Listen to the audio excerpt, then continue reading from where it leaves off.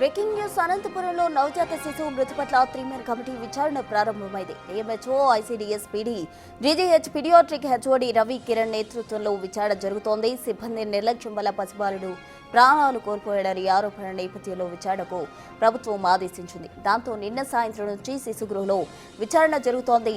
Committee ముందే సిబ్బంది వాగ్వాదానికి దిగారు. మేనేజర్ దీప్తిపై ఆయాలు ఫిర్యాదు చేసినట్టు తెలుస్తోంది. 6గురికి షోకాజ్ నోటీస్ కూడా జారీ చేశారు.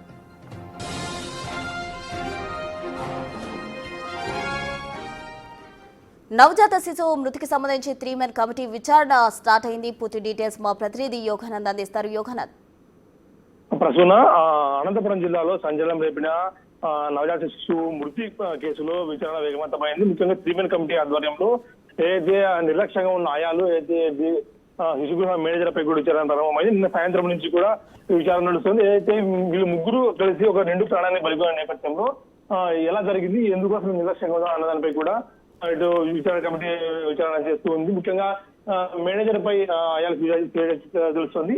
ఆయాలపై కూడా మేనేజర్ తీవ్రంగా ఆగ్రహం చేస్తూ తెలుస్తుంది. ఈ 3 కమిటీ ముందే ముగ్గురు కలిసి బహిరంగ వాగ్వాదం దిగినట్లు సమాచారం అందుతుంది. దీనిపై ఇవాళ విచారణ కమిటీ నివేదిక ఇచ్చే అవకాశం కనిపిస్తుంది. విచారణ నివేదిక ఇచ్చిన తర్వాత తదుపరి చర్యలు తీసుకునే అవకాశం కనిపిస్తుంది. ప్రస్తుతం రైట్ యోగానంద్, థ్యాంక్ యూ.